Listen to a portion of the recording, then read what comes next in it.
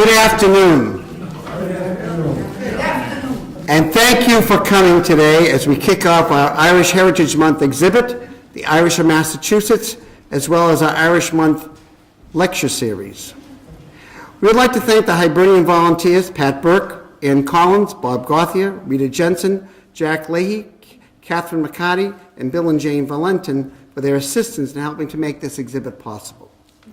Today's author series is sponsored by the White Fund. We would like to thank the White Fund trustees for their generosity in helping to show the contributions the Irish have made, not only in Lawrence, but throughout our great country.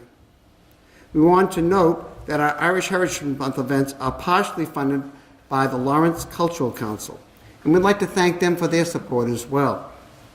Our sincere thanks to the Lawrence Heritage State Park for hosting our exhibit, and Lawrence Community Access Television for videotaping today's lecture, so those who could not be with us can watch it on the local cable TV. We're hopeful that you'll attend many of our upcoming events during Irish Heritage Month, as well as we celebrate our great city and the Irish culture at its best. It's my pleasure now to introduce to you Eileen O'Connor Brunel from the White Fund, who will now introduce our speaker. Eileen, please.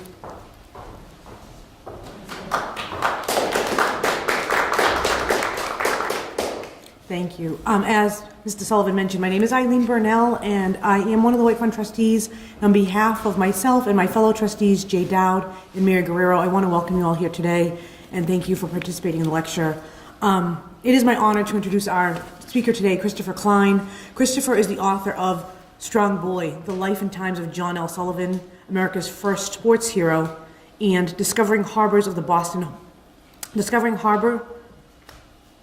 they supposed to say? Thank you. There's a missing word. I apologize. Discovering the Boston Harbor Islands. He's a frequent contributor to the History Channel.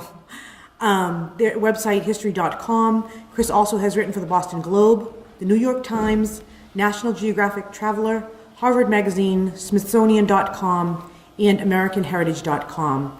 His new book, When the Irish Invaded Canada, which he'll discuss today, is being published this month.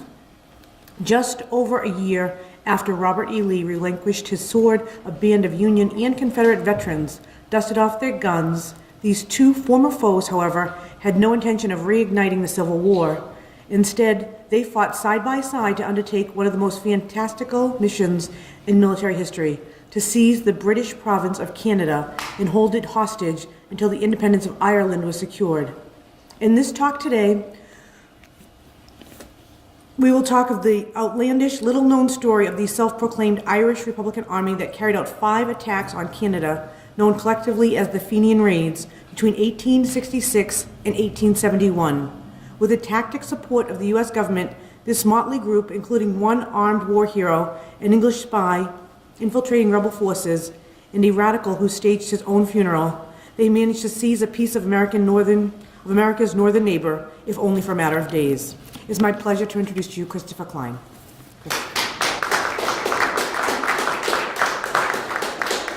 Great. Well, thank you all for being here. Thank you for that introduction, Eileen. Thank you to the White Fund and for Billy for extending me the invitation. It's very apt to have my first talk on this book here in Lawrence, which, as we will talk about, was a hotbed of Fenianism, and it was a very helpful resource. The great library in South Lawrence was a great resource for me in doing the research for this book. And when you had Derek Warfield here with the Young Wolf Tones, it was great to talk to Derek, who's done a lot of research in this area. So it's great to be here. The book's official release date is actually March 12th. So I was lucky enough to get a papal dispensation from Doubleday to release some books. So we have them for sale afterwards. So these are the first books being released into the wild, so you can get a jump on everyone else by about 9 days for it. So after I had finished my last book on John L. Sullivan,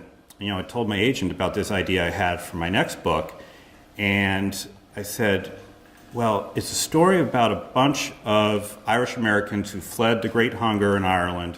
They fought on both sides of the Civil War, and then they formed their own private army and attacked Canada 5 times to try to hold it hostage for Ireland's independence. And First question to me was, when did you decide to start writing fiction?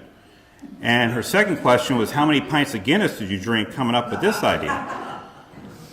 So I tell her, this is no blarney. This actually happened. This is a 100% true story.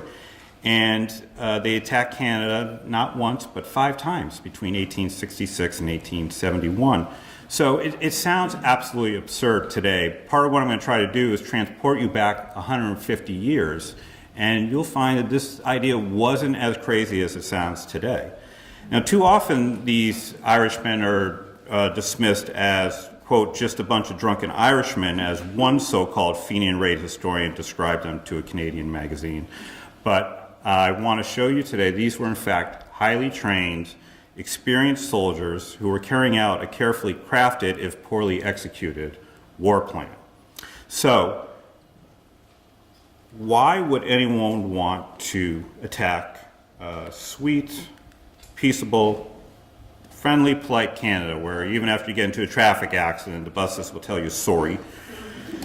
Part of that is viewing the past through the lens of today, when the United States and Canada share the longest peaceful international border in the world. But things between the United States and Canada were not so polite in the first American century, when America had a border problem. It was a northern one. The border was a lawless no man's land where smugglers ran rampant. And it was pretty much as American as fireworks on the 4th of July to be launching invasions of Canada every generation or so. So even before John Hancock puts his John Hancock on the Declaration of Independence, the first thing the Continental Army does is make a beeline right for Canada. Benedict Arnold launches an operation through Maine where they try to attack Quebec City on December 31st, 1775. That fails. During the War of 1812, there's constant fighting back and forth between the border. The United States forces burned down present-day Toronto, which was the capital of Ontario. And of course, the favor is returned by burning down Washington, D.C. and the White House. There's three-pronged invasion that happens during the War of 1812 on Canada. And then there were some more farcical interactions with some more farcical names, such as the Pork and Beans War in 1838 between a bunch of lumberjacks in Maine and New Brunswick who were fighting over common land. Then there was the Pig War of 1859, which was no baloney. This was when a American shot a pig that was owned by the Hudson Bay Company on a disputed island in Washington, which led to both British and American forces having a standoff on this island for months. So there's a lot of tension between the United States and Canada. And the other thing to remember is that in the 1860s, the flag that's flying over Canada is not this one, it's this one. So it's a British province at the time. It's the same Union Jack that's flying over Ireland. And the Irish who would invade Canada were, by today's parlance, radicalized by their experience under the British. So for 700 years, you have British rule attempting to extinguish Ireland's religion, its culture, its language. And then when the potato crop fails in the 1840s and 1850s, some Irish believe that the British are trying to exterminate them as well. So where some people saw famine, more militant Irish saw genocide. 1 million Irishmen dying, 2 million fleeing a shipwreck of an island, and many of them washing ashore in the United States. And the Irish who come to the United States are unlike any immigrants who came to this country before. For one thing, more of them are refugees than what we would consider to be immigrants. They're not hungry for America's freedom, they're starving for food. They speak a foreign tongue, many of them. As many as 25%, according to some historians, estimate a quarter of the Irish refugees are speaking the Irish language. Most of them are illiterate. And then, of course, most differently, they're practicing to what many Americans believe is an alien religion. So you have the Protestant establishment that sort of founded the European basis of the United States, and most of them came to the United States to escape papism. And now there are Catholics who are flooding into the country. So there's this backlash that happens in the United States, and it really culminates in the Know Nothing movement that here in Massachusetts in 1854, the nativist Know-Nothings win every state office up for election in all but 3 of the 380 seats in the Massachusetts legislature. And then they go on to implement the King James Bible in the schools. They disband all Irish American militias. They launch surprise inspections on convents and rectories because of rumors of sexual indiscretions going on in there. And there's a vast deportation that happens to many of the pauper Irish who came in the wake of the Great Hunger. So, not surprisingly, the Irish didn't assimilate too well into American society at that time. So, the English long talked about the Irish problem. And of course, the Irish problem, really, in the eyes of the English, was that the Irish weren't English. And this is the same mentality that is in the minds of many people in New England at that time. And the way that the Irish were able to survive 700 years of colonization was by not becoming like the English. They were able to maintain their own culture, their own religion, their own language. So why should they behave any differently when they're facing the same discrimination when they come to the United States? So the more threatened that the Irish felt, the more inward that they turned, sort of like a coiled snake, a snake coiling itself for protection. And many of them still think of themselves as Irish first, American second. So they cling together in parishes and fraternal organizations like the AOH. They also found a new organization in 1858 that's called the Fenian Brotherhood, which is dedicated to the eventual liberation of Ireland. The 2 founders of this movement, James Stephens on the left, John O'Mahony on the right, they're a pair of Irish revolutionaries who were part of the Young Ireland movement in 1848. So in the midst of the Great Hunger, they launched an uprising in Ireland that, like so many uprisings before it, failed utterly. Stephens is wounded in a shootout in one of the battles with the local constables and is left for dead. And he uses that to his advantage. They run an obituary in the Kilkenny Moderator that James Stephens has died. His father loads a coffin full of rocks and brings it to the local cemetery where they bury the coffin, and everyone thinks James Stephens is dead. But this is all a ruse. He's actually escaping through the south of Ireland, eventually gets onto a boat, manages to escape through England, spends a night in a hotel across the street from Buckingham Palace before settling in France. And John O'Mahony also will escape to France. They spend several years living in Paris. And then O'Mahony goes to the second most Irish city in the world behind Dublin, and that's New York City in 1853. Stephens returns to Ireland in 1856, sees that the country is still badly damaged after the famine, but he tries to revive the revolutionary spirit. So he forms a group on St. Patrick's Day in 1858 called the Irish Republican Brotherhood. And later that year, at a ceremony at Tammany Hall, they launched a sister organization called the Fenian Brotherhood here in the United States, and John O'Mahony would rule that organization. Members would take an oath. Now, this is supposed to be a secret society. And in fact, it's that secrecy that makes the Fenian Brotherhood run afoul of the Catholic Church. The Pope would eventually ban anyone from becoming a member of the Fenians and excommunicate anyone from who was a member of the Fenian Brotherhood from the Catholic religion.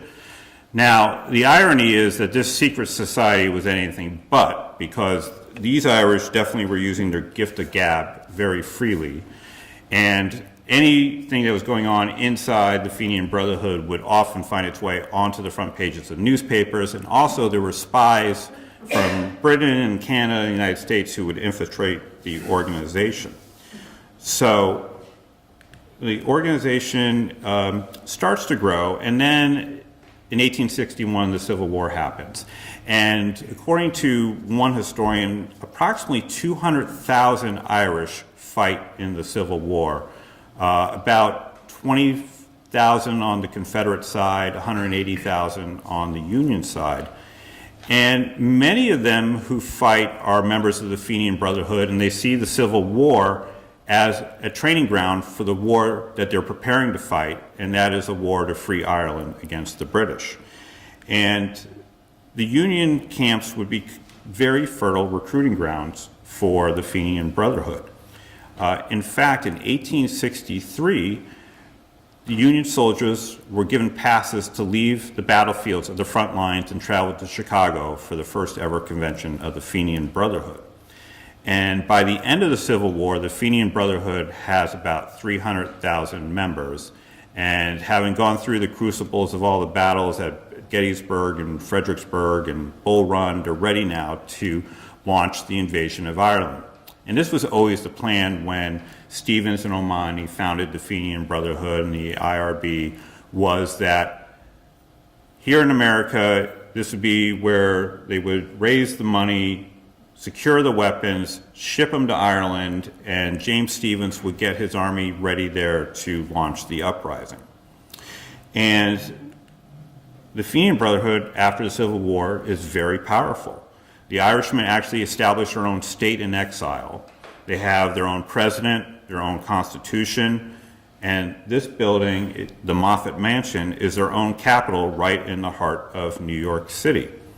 It was a very fine, plush mansion, and inside you had the president and his cabinet who were at work plotting the overthrow of the British in Ireland. And it was going to do so with its own military force, which it designated itself as the Irish Republican Army. The Fenian Brotherhood even issued its own bonds and denominations between $10 and $500. These bonds were ways to raise money for the uprising in Ireland, and they would be payable with interest 6 months after the establishment of the Irish Republic. Funny footnote with this is that when the Irish Republic is finally established in the 1920s, there are people who had these bonds sitting around for 60 years who are going to Eamon de Valera wanting them to be redeemed, but I don't believe any of them were. So in the fall of 1865, the powerful Fenian Brotherhood now starts deploying what we today call sleeper cells to Ireland. And the British are scared out of their minds. They start profiling passengers coming from the United States who they think might be dressing like Irish Americans. And then finally in the fall of 1865, they suspend habeas corpus. They start rounding up and arresting all the Fenian leaders in and around Dublin. James Stevens is forced into hiding, and the dream and the plan of launching this uprising in Ireland in 1865 is dead. Back in America, there's a group of men, Fenians, who are impatient. They do not want to wait to launch an uprising in Ireland. They have another plan, and that is to attack Canada. So these so-called men of action start plotting the attack on Canada. So why attack Canada? So the first is that maybe this is a way that could divert British forces from Ireland to Canada that would leave it more vulnerable to an uprising in Ireland. The second idea was that, well, Canada could also be a base for us to attack the British in Ireland. So they would use it as a way to gain belligerent rights. They would dispatch privateers onto the sea to disrupt shipping, but they would have their own plot of land, their own country from which to launch the uprising in Ireland. And then the third idea was that maybe what they could do was actually force a war between the United States and Great Britain, and then the United States would just take over Canada and in return kick the British out of Ireland. So they actually have the tacit support of the United States. So the United States government after the Civil War has all these surplus weapons, and they start selling it to the Fenians. And the Fenians actually pay a visit to the White House, where they have a meeting with President Andrew Johnson and the Secretary of State, William Seward. And the president, according to the Fenians, tells them that he will not stand in their way and he will acknowledge accomplished facts if they happen to invade Canada and have any luck. So this is counter to all the to the laws of the United States. There are neutrality laws in place that prevented private citizens from attacking governments with which the United States is at peace. So why is the President of the United States giving his blessing to this venture? One is that the animosity towards the British at the end of the Civil War is running as deep as it was since the time that the British torched the White House. And this is because of the tacit support that the British gave to the Confederacy. So the British did not take any sides in the fight, and for the United States, they might as well have been taking the side of the Confederacy, because this meant that the Confederacy then had certain rights. They had diplomats that they were sending to Great Britain, and you may have remembered hearing about the Trent Affair when you were kids in your history books. And this happened at the start of the war, when a United States gunboat stopped a British ship that was carrying a pair of Confederate diplomats who were going to London, and this almost resulted early on in the Civil War in Great Britain coming into it. The United States also sought millions of dollars in reparations from Great Britain for the warships that were built in the ports of England, most notably in Liverpool.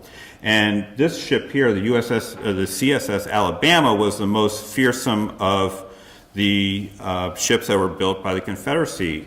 It plundered American ships for years. Guns were built in Britain that were used by the Confederacy. So there's all this animosity towards the British, and there's animosity towards Canada as well, because Canada, during the Civil War, was a safe haven for escaped prisoners of war. It was used as a base for the Confederate Secret Service, which plotted spying operations. They plotted special operations, such as one that they tried to carry out in New York City in 1864, where they were going to firebomb a bunch of theaters and public venues in New York City. That did not they tried to carry it out, but it did not work. There was a raid on St. Albans, Vermont. You may have heard about this in 1864, where a group of Confederate soldiers came down across the border and stole money from a bunch of banks in St. Albans. And then it's thought that the assassination of Abraham Lincoln may have been plotted by the Confederate Secret Service in Montreal as well. So there's all these various reasons that the United States was not about to stand in the way of the Fenians, and another reason was because of manifest destiny. So there's this thought that after the United States has now expanded to the West, it's now reclaimed the South after the Civil War, the next place to expand naturally is Canada. And there's a bill that's introduced into Congress that actually lays out the 4 additional states that are going to be entered into the Union from Canada, and the 29 congressmen who are going to be added to the Congress that would come from those new Confederate states as well. And the assumption is that, of course, Canada wants to join the United States. Why would anyone want to live in Canada under the British? They would want to be living in the United States. So Americans are using the Fenians as a way to outsource their revenge. But a split comes inside the Fenian Brotherhood. Omani wants to stay the course of fighting in Ireland. The men of action want to invade Canada. And so all over the country, there are these splits in the organization, and one occurs right here in Lawrence as well. So Lawrence is a real hotbed of Fenianism. One historian said that Irishmen who are not Fenians were not very plentiful in Lawrence. There's a Fenian Hall on Oak Street. James Stevens, Jonah Mahoney, the men of action, those leaders, they all come into Lawrence to lobby the Irish. And Omani comes here on March 12th, 1866, to a packed audience at Lawrence City Hall. And according to the quote in the Lawrence American, Omani is talking about the Canadian raid and how absurd it is. He says, "What Fenian ever contributed a cent for invading a neighbor and bringing woe upon a people innocent of wrongs which have been heaped upon Ireland? Have they ever pulled down our roofs, laid desolate our lands, and driven us forth to wander over the earth?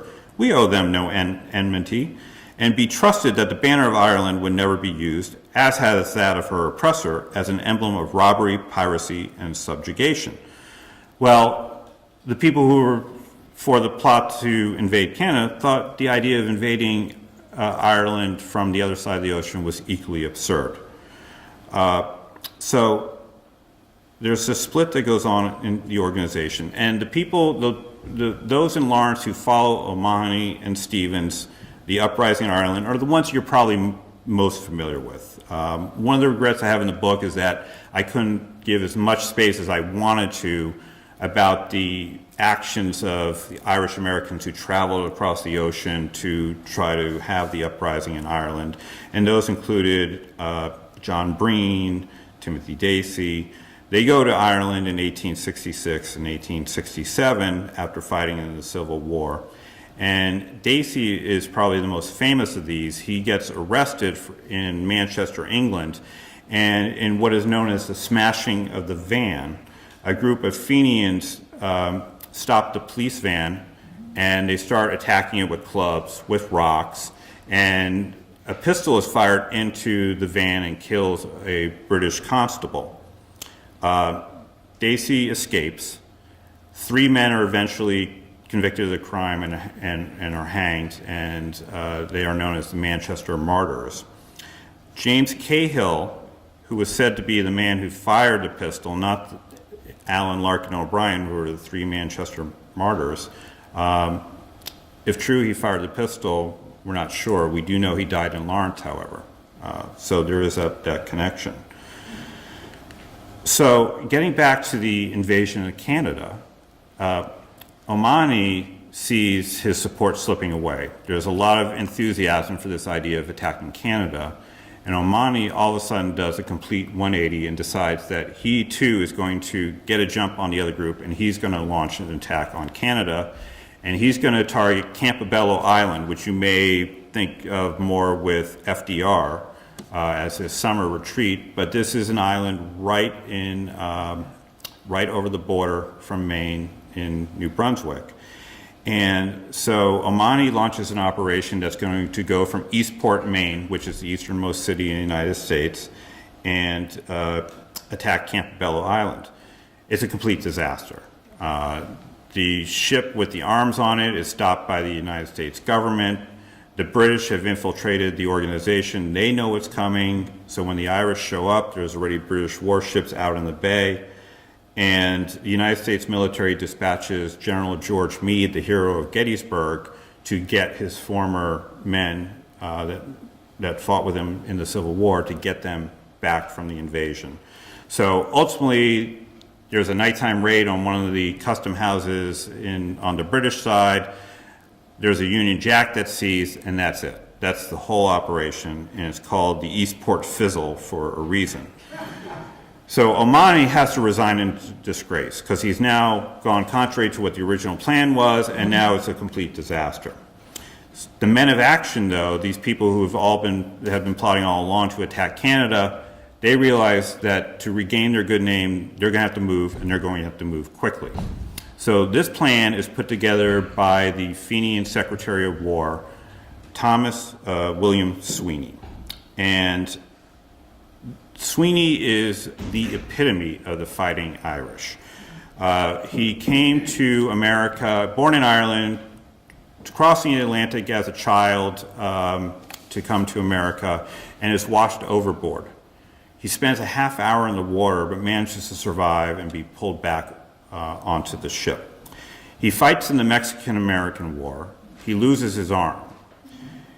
He still, in the Civil War, was able to whip a fellow officer with his one good arm in a fist fight. He survived 2 gunshots in his remaining arm and 1 in his leg at the Battle of Shiloh. So he earned his name Fighting Tom for a reason. So he comes up with a plan to attack Canada.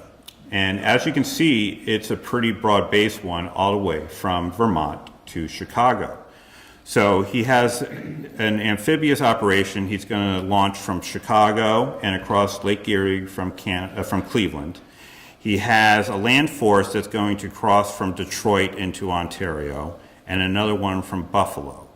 But these are all feints for the real operation, which is going to be the main attack right up from Vermont to Montreal of 17,000 men. So he wants to seize Montreal and control the St. Lawrence River, which controls all the shipping into Canada. And the expectation is that he's going to get the support of not only the 175,000 Irish who are living in Canada, but all the French speakers in Quebec who also practice Catholicism.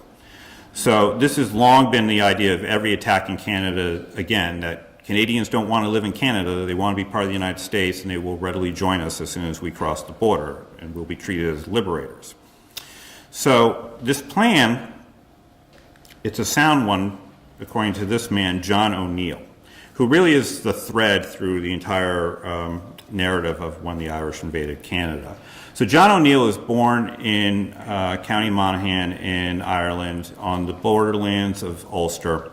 He experiences the horrors of the Great Hunger firsthand, and he hears the tales of the great Irish chieftains Hugh O'Neill and Owen Roe O'Neill from his grandfather. And from his grandfather, he learned that these men were heroes, not because they had any success in overthrowing the British, but because they simply dared to fight. And O'Neill comes to America at the age of 14. He serves in the Civil War, and after the war, he's living in Nashville, Tennessee, and joins the Fenian Brotherhood after he hears about this idea of attacking Canada. And he sees this as a completely logical plan because it's targeting the British Empire in the closest point to the United States instead of an ocean away in Ireland, a plan that had failed repeatedly over the centuries. So John O'Neill had written that Canada is a province of Great Britain, the English flag floats over it, and English soldiers protect it. Wherever the English flag and English soldiers are found, Irishmen have a right to attack. So when he receives the telegram in May of 1866 to launch the operations, he hesitates not one bit to leave his wife, to leave his 2-year-old son, and to leave his business that's worth $50,000 and get on a train from Tennessee and head towards Cleveland, Ohio. So the odds were against them, no doubt. But as previous generations of Irish knew, the odds were always against the Irish. There was no glory that could be found in doing nothing at all. Striking a losing blow was better than striking no blow at all. So the plan starts to fall apart even before John O'Neill can even get to Cleveland, Ohio. So the news, again, this is supposed to be a secret operation, which is front page news on every newspaper of the country. So problems start immediately. Sweeney gets word that the boats that were supposed to be used in Chicago for the amphibious operation cannot be secured. An even bigger problem comes up in Cleveland, that the commanders are AWOL. So he tells all the men, John O'Neill and the others, to go from Cleveland to Buffalo, and they'll try to launch an invasion from there. So it turns out Buffalo is the only place where they can get enough men. So Sweeney had planned for 5,000 men to be in Buffalo. There's only 1,000. But John O'Neill was in the right place at the right time, because he was placed in charge of the attack from Buffalo since no one else could be found. And John O'Neill thought this was fate, because he had written that the governing passion of my life, apart from my duty to my God, is to be at the head of an Irish army battling against England for Ireland's rights. For this I live, and for this, if necessary, I am willing to die.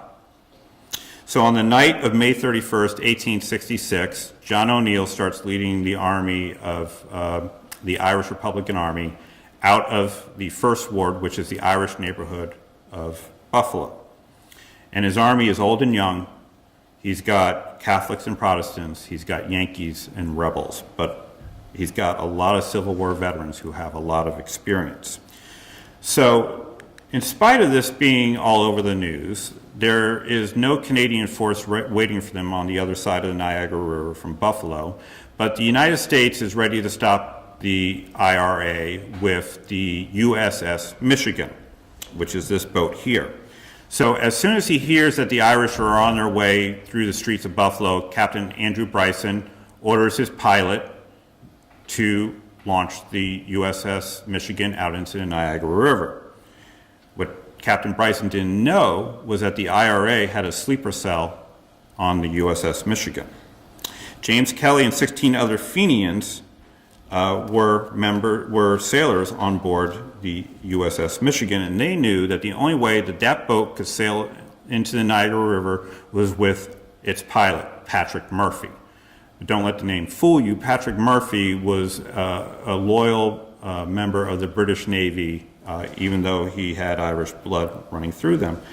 So how does the IRA sabotage the USS Michigan? Well, they do it by taking Patrick Murphy out to the saloons of Buffalo in the company of a lady friend as the IRA starts its march. So as Captain Bryson is looking for Patrick Murphy to pilot his boat out into the Niagara River, Patrick Murphy is in the streets of Buffalo singing "The Wearing of the Green" on Main Street. So the IRA now has complete freedom to cross the Niagara River in the early morning hours of June 1st. And so O'Neill launches the operation across the Niagara River, and they plant the Irish flags on British soil. And then they go to Fort Erie. Let's see if this works. So they're landing sort of in this area here of the Niagara Peninsula. They go down to Fort Erie, and they cross without any supplies. They don't have any horses. They don't have any food. So O'Neill and his men, they steal horses. They cajole the townsmen to give them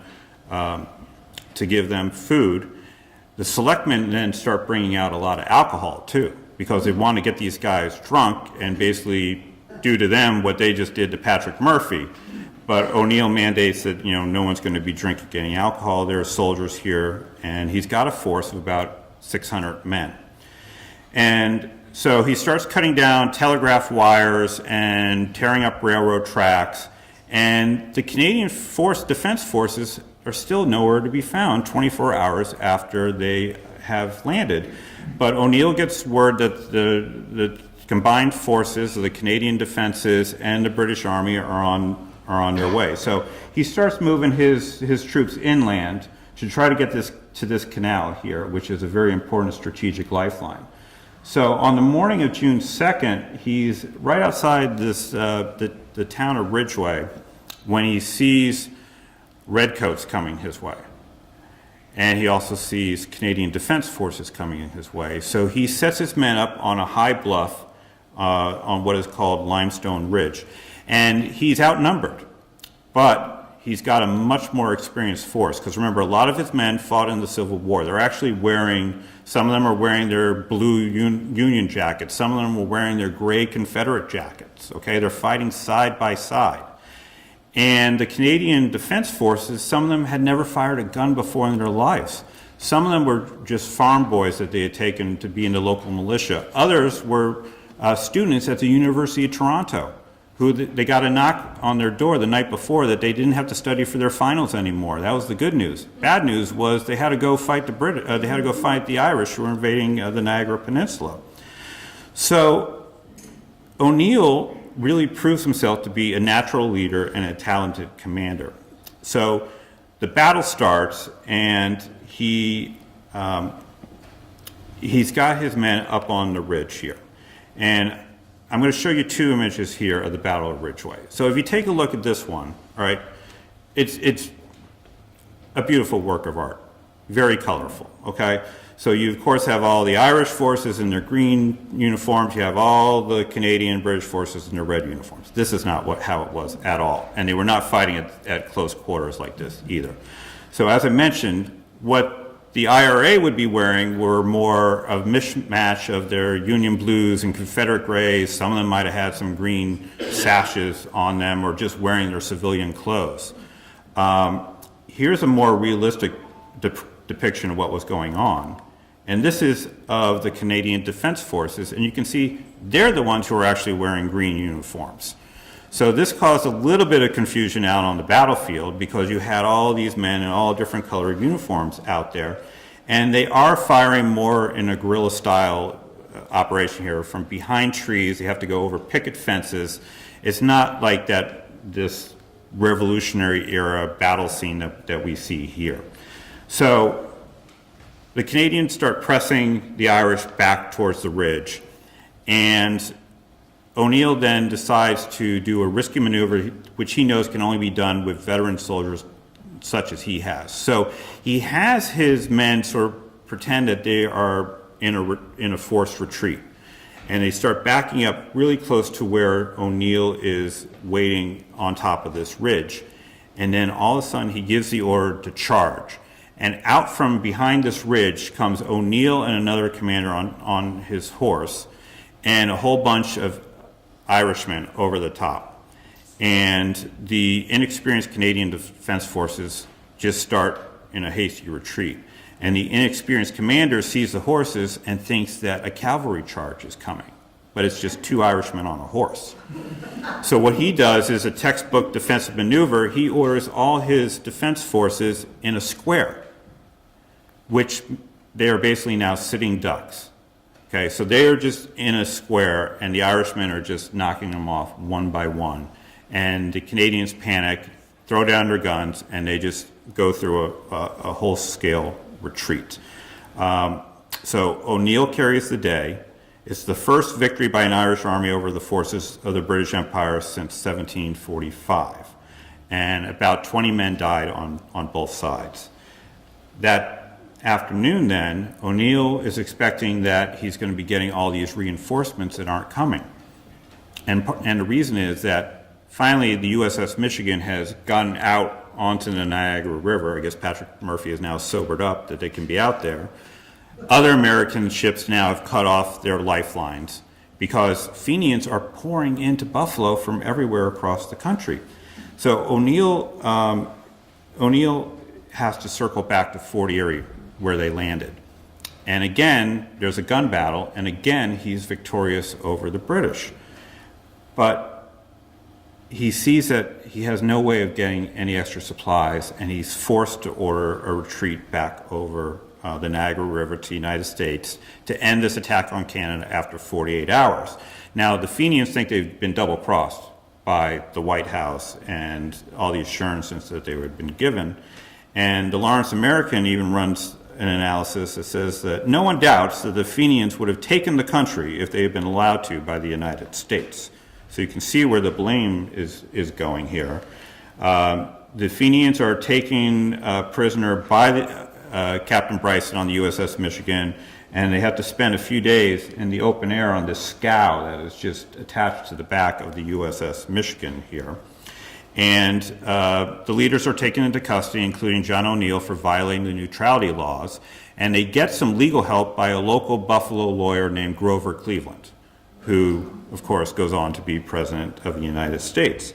Now, news of this victory over the Canadian forces send a frenzy throughout cities, the Irish and cities throughout the country. Here in Lawrence, dozens board trains to go to the border. Some go to Buffalo, but a lot of them go to Vermont, where another invasion is launched. This includes even 15 and 16-year-old boys who are getting on the train, participating in this attack on Vermont. Now, O'Neill, before he leaves Canadian territory, he has all the Canadian prisoners that he's taken, and he has them lined up. And the Canadian prisoners think that they're about to face a firing squad that he's going to kill them before he leaves back to the United States. Instead, he goes down the line, shakes their hand one by one, informs them that they are free men, but then he warns them that he's going to return to Canada soon, but this time with a much larger force. And O'Neill would be true to his word. He attacks Canada again in 1870 and 1871. I'll let you pick up the story in the book about these crazy comical stories behind those invasions. I will give you the spoiler alert that the plan does not work. Okay. The Irish are not able to hold Canada hostage and ransom it for Ireland's independence. So what's their legacy? Well, one is that their service in the Civil War, they brought freedom to the slaves. They also brought freedom to a country, just not the one they intended, Canada. Canada casts off the British after this attack that I just described to you because they see that the British aren't able to defend themselves against these Americans who are coming to do these invasions. So in 1867, Canada declares itself a confederation with its own parliament and its own self-government.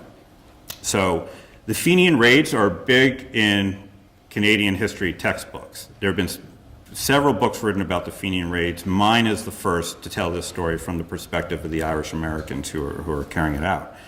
But I think more importantly, the Fenian Brotherhood establishes this transatlantic structure that would ultimately prove absolutely essential to Ireland achieving its independence after the Easter Rising in 1916. So it's no accident that in the Irish proclamation that's read outside the GPO in Dublin in 1916, that very early on, the document references the importance of Ireland's exiled children in America, because the structure that the Fenian Brotherhood put in place, the raising of money and the weapons in America, is absolutely essential to Ireland gaining its independence. And of course, we see it happen again decades later in Northern Ireland, the same story that happened. So, I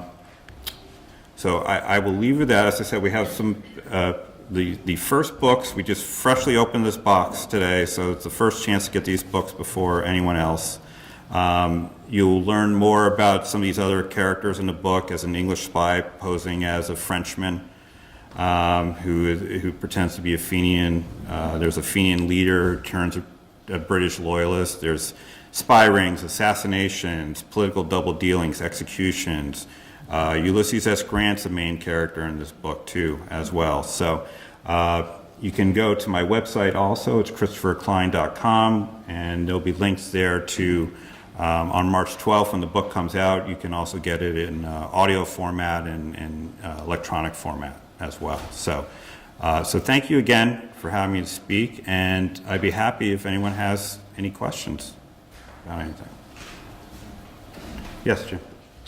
The hope that the Canadians, particularly the French Canadians, might join them in throwing off the yoke of the British Empire is not as far-fetched as some people may think, because there's a little-known rebellion in Canada in 1838 called the Patriot Rebellion, in which people were, French and some non-French, were fighting against the British rule. But I'm wondering if anybody did join the Fenians during these raids. No. No French. They did have a couple, the Fenians did have a couple of spies of their own who were valuable, and they were of an Irish descent, not French.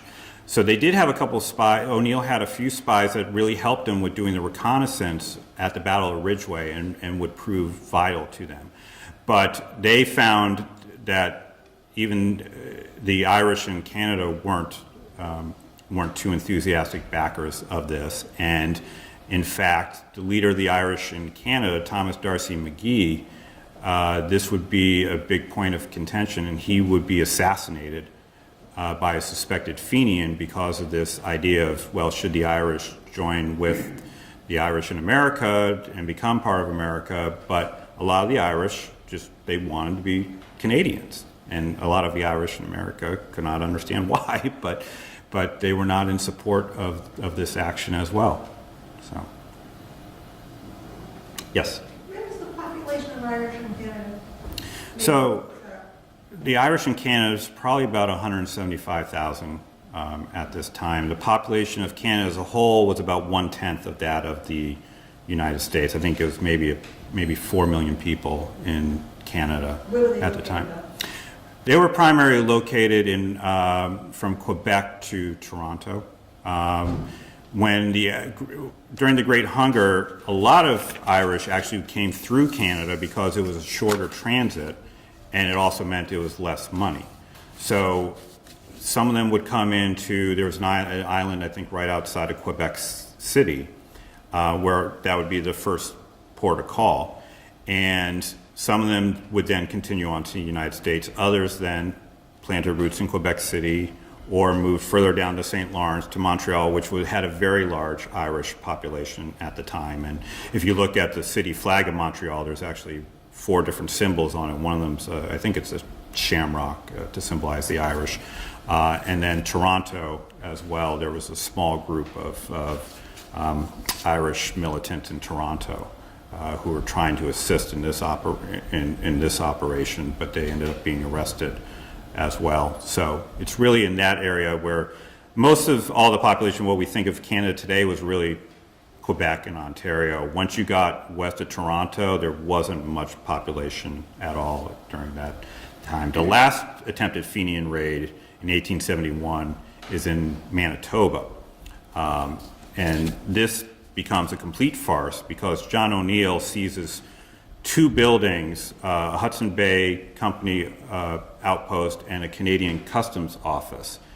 And then he's arrested by an American soldier, and he can't understand why. Well, he finds out that, unbeknownst to him, the border had been resurveyed, and he never left the United States. These 2 buildings were in American territory the whole time. So that's sort of the tragicomic coda to the Fenian Raids. Yes, Jim? On your earlier point about the Irish in Canada and the French not joining this uprising, it's partly probably because the British had kind of learned their lessons from all the troubles they had keeping the Irish down. And in Canada, they were more religiously tolerant. They didn't try to crush Catholicism or the French language. That's right. Yep. Yep. Yes. Well, my mother's family, going back several generations, there were 32 families brought over from Scotland. They were Irish Scottish farmers. And they settled them. They were brought over by a General Hale. The British wanted to bring over English-speaking families. And they placed them like 15 miles west of Quebec City. Oh, interesting. Up from Port Nervous. Mm-hmm. To keep the Anglophone going. So it's Yeah. interesting because the British are now, this is 1932 this happened, 1832, Yeah. sorry. So they're trying to keep the English speaking, so the French, but I'm wondering, this whole thing with the Irish, how it was affecting even the French. Yeah, well, I mean, it's a little bit different too in terms of what the demographics were back in the 1860s than there are today. So like if you go up through Vermont, so one of the attacks, actually they tried it twice, in 1866 and 1870. They tried an attack from Franklin, Vermont, which is probably about 20 miles northwest of Burlington, Vermont, into Quebec. So if you go there today, immediately as you go across the border, signs are in French, French speakers. Back in the 1860s, these were newly settled areas that had been settled maybe only in the last 30 years, but their descendants were of American loyalists. So after the Revolution, they went up to Quebec for refuge, and then they started giving out free land to settle this area right across the border. So in the 1860s, in this borderland, you had many people who not only spoke English, but they worked in the United States. They had relatives on both sides of the border. They didn't really think of themselves necessarily as American or Canadian. They were just, this was their neighborhood, was right along the border. And on both sides, when the Irish go up there, particularly in 1870, no one on the United States side or the Canadian side wanted them up there at that point. So the demographics were a little bit different in that they didn't even get as far up to where any of the French-speaking people were at that time, which was more closer up to where Quebec City is than today, where you just really go right across that border and you immediately see that change. Chris, looking Yep. at probably the most prominent from this area, John Green and Captain Tinsley Dacey, did they play a major part of this at all, of this Northern invasion of Canada? How much they were involved, we're assuming, but was it a major part or was it a minor part, would you say? So they're in that O'Mahony-Stevens wing. They are definitely devoted to that original plan that we're going to infiltrate Ireland from the United States and we're going to launch the uprising there. So they never become followers of this group who wants to go to Canada. So what they will do then is that James Stephens keeps promising that the uprising is coming in 1864. Then he promises 1865. Then he's in the United States raising money for 6 months, calls him to his place in New York at the end of 1866 and says, it's off this year too. And that's it. Dacey, Breen, those guys, like, we're going anyway, we're doing this. So during 1867 is when they start setting sail to England. And they start using London as their base of operations to try to have this uprising in Ireland. And then when there's a crackdown there, they move to Manchester. So that's why Dacey is in Manchester, which is probably the most Irish city in England at that time. So they're able to blend in better there. And Dacey and Thomas Kelly, who's taken over in Stephen's stead, they are arrested on the street at like 3:30 in the morning. The cop thinks that they're there maybe to rob something, didn't realize they would just come out of an IRA meeting where they're still plotting this uprising. So that is why they are inside the police van in 1867. And then the IRA in Manchester has this surprise attack when they're being transported between the courthouse and the jail. And so then after they are released, the whole idea of the Fenian Uprising in 1867 takes place in like March. So, and it lasts maybe like 12 hours, right? They launch it, again, good Irish luck, they launch it in the middle of like the fiercest snowstorm Ireland had seen in decades, okay? So it completely falls apart, and that's why Dacey and they have to flee to London and then eventually in Manchester. So they're on the run after the failed Fenian Rising of 1867. And then when they come back to the United States, they are not part of this group that keeps on going. So they sort of tried what they thought would work. It didn't work, and in many ways. And I'll be writing for this in the Boston Globe in a couple weeks. So men like John Boyle O'Reilly, who you may have heard of, who was a devoted Fenian, gets arrested for infiltrating the British Army, gets sent to Australia, escapes. He goes and witnesses the Fenian Raid in 1870 in Vermont and sees what a complete disaster it is and says, this is ridiculous. It's like, the Irish have to stop trying to think of themselves as Irish first and start to integrate themselves into American way of life. And I think that's what happens with men like Dacey and Breen then, who then start becoming involved in, in the political system here. And that's what really causes the assimilation and integration that wasn't happening for those couple of decades with that great hunger generation that got radicalized. Any other questions? Well, first we want to Great. thank you. Thank you. Appreciate it. We could say that the minor bends of history, if things had changed, we may not be 50 states, we may be 72 states or something, so how things change. We again want to thank you all for coming. We encourage you to take a look at the exhibit. It's part 2 of the Irish of Massachusetts. It's a 3-part series. Those photos are on permanent loan. The Irish collection at the South Lawrence Library. There's 124 photos. We showed the first third last year, the second third this year, and we'll have the final third next year. Those were shown in Boston in 2006 at the Kennedy Museum, and after that they'll actually go back into storage. So please take a look at that.